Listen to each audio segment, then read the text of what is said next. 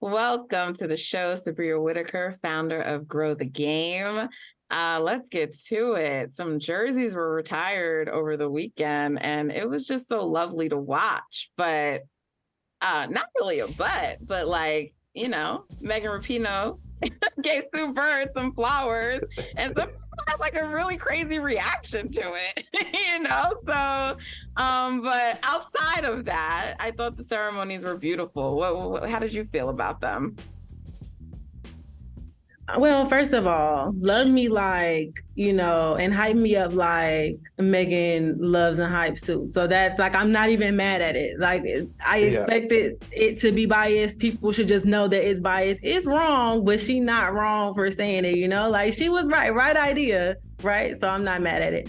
I like the ceremonies. I'm sure you know that, like most of WNBA Twitter, I have thoughts about them being on the same day and just where they happen to air live on TV versus, not being aired on TV just because of, I guess, the way the game fell with the broadcast schedule, but just things like that not being taken into consideration. I'm a little annoyed and a little hurt that we still have to go through this after spending so much time talking about just their retirement tours in general last season. I'm like, oh, we're still doing this, but congratulations. Tell the audience so they know.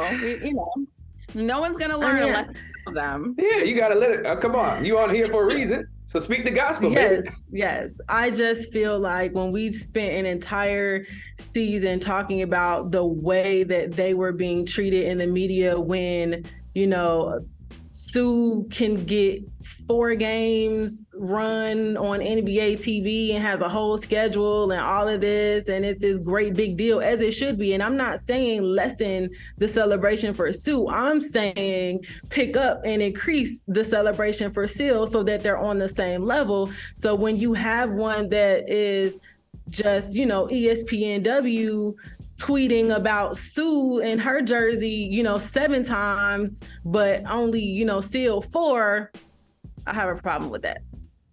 Yeah. So, for people who don't know, because I think many people do know Sue Bird for a variety of reasons, but can you speak a little bit on the greatness of Sylv? Because you're not just saying push for her to push for her. Her greatness deserves it. Oh, absolutely. She is absolutely arguably the greatest center in WNBA history. Like, the accolades are there, the depoys are there, the all-stars are there, the championships are there, her resume. And if you really want to, get real, and this is not shade or not slight to Sue, because the facts are the facts and the numbers are there to back it up. When you look at individual accomplishments between Sue Bird and Sylvia Fowles, Sylvia's is greater. So for that to be the case, but her celebration and her media attention being lesser than and not even comparable is really unacceptable. Truly. Oh, that's awful. And that just shows you, Subria, I'm glad you eloquently stated all those things, because they're right. And it's a gross injustice to Sylvia Fowles and other Black women who deserve to be put on a pedestal. And again, it's not saying Sue doesn't deserve to be, but people see Sue as the GOAT, right? The reason why, whether that's point guard or just the GOAT in women's basketball, the reason why is because of the marketing machine that has been around her, that's lifted her up. Yes. The fact that she's a great ambassador to the game, all those things. Where is that energy for Sylvia Fowles? She is a sweetheart from all accounts, from everything, her teammates, her coaches, friends, her dominance on the court. But even she, correct me if I'm wrong, Subria, I think during the All-Star break, her last year, she was like, yeah, I feel like the coverage or the support for my retirement tour has been kind of lackluster or underwhelming. So when you hear that, it's like, yo, the person who you're diminishing, they even feel it. That's awful. And nobody should feel like they're not given the proper respect that they deserve. I agree. And I mean, and just to be frank, we talk about, bias in the media all the time. Biases exist. We're human. We're imperfect. They're going to exist. So when you have someone like Sue Bird, who was able to elevate and create a media company and Together, and obviously Together is going to have post after post after post because she is one of the faces of the brand, one of the investors, like there would be no Together without Sue. So I expect them to go hard for her.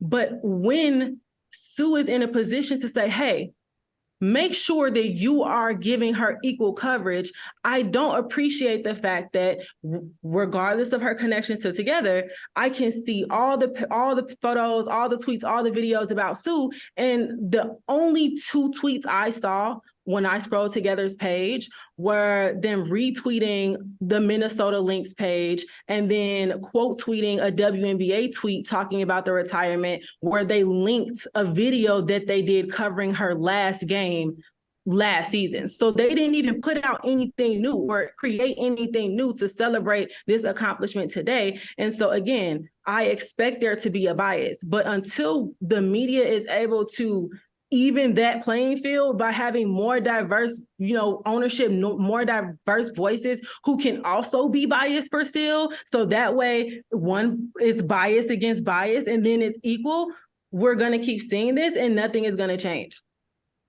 Yeah. And just so people understand, like, this is not, because people will often say like, oh, is it always about race? Do we got to make it about race? And I feel like during, even like the college tourney, with like Angel Reese and Caitlin, and people like, I would see comments like, shouldn't we just be happy that women's basketball is being talked about? Like, why do we? No, we shouldn't just be happy, because the way that Angel Reese, a Black woman, is described and talked about in the media is different than Caitlin Clark. So this goes throughout throughout college level and at the pro level. And, Kelsey Plum, a white player, has called this out, and she's a very beloved player who people know, who's on the Las Vegas Aces, where her own teammate, Asia Wilson, who many would say is actually the best player in the league, but you wouldn't know that because of the way that players like Brianna Stewart are marketed and others.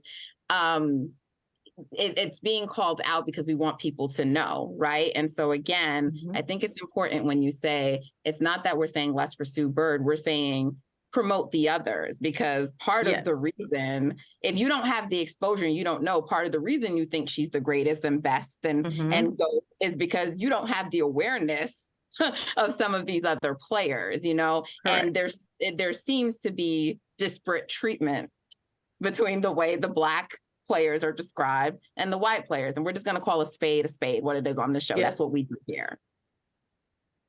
Okay. No, that's facts. Subria, do I get the approval for what I just said? Because I want to make sure. Yes. Yes. Approved. Okay, so let's lighten the mood a little bit. Let's talk a little NBA. Lord, WNBA. Don't give me the dirty look, Subria, after I just good. Let's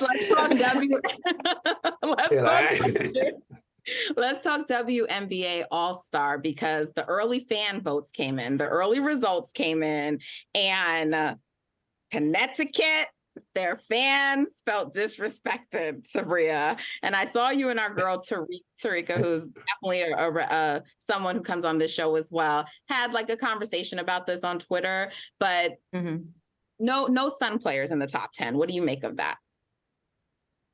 I think that it's fan voting, and respectfully, you have to have the fans, and you have to have the fans who are willing to vote for you as many times as possible, from as many devices as possible, as many days as possible. I mean, that's why there's fan voting. If you have a problem with that, luckily for you, it's not all based on fan votes, right? It's 50% of the fan votes and the tiebreaker, and 25% goes to media and 25% goes to players. So it's going to balance out. But at the end of the day, and this is who players, want to see, similar to what you just said, you have to put them in front of us. So it's going to be those with the college fan bases and whose college teams are tapped in on social media. It's going to be the teams who are putting them in front of everyone's faces the most, the connections, community outreach, the brands that you work with, the partnerships, all of those things, in my opinion, matters. and you have to do your part to grow the fan base, because your game can speak, but it can't do it all by itself. Are either of you surprised that Alyssa Thomas is 17 though? Like, do you think she will make it? Oh, she's gonna make it. She's gonna make it, and that's yeah. You have the media and the players; they're gonna vote for her, right? But I mean, also outside of a whole lot of issues, listen, Alyssa Thomas is a dog, and so if she's dogging everybody else's favorite player, they fans not voting for you. So that's just the way it goes. Yeah. Okay. All right. Well, listen, Subria, it's been like so wonderful to have you on as always. We did want to talk some more power rankings, but we had an important discussion at the beginning that I think was worthy and deserving of time. So thank you for shedding light on such an important topic. And you got to come back and talk power rankings with us. Just very quick before you go, should it be the Sun at the top or Aces? Aces. Okay. Thank you, Subria. Hey, thank you for watching Brother from Another. If you haven't hit that subscribe button, go ahead and do that now. Don't forget, you can catch us 3 to 4 weekdays on PeacockTV.com and on Sirius XM Channel 85.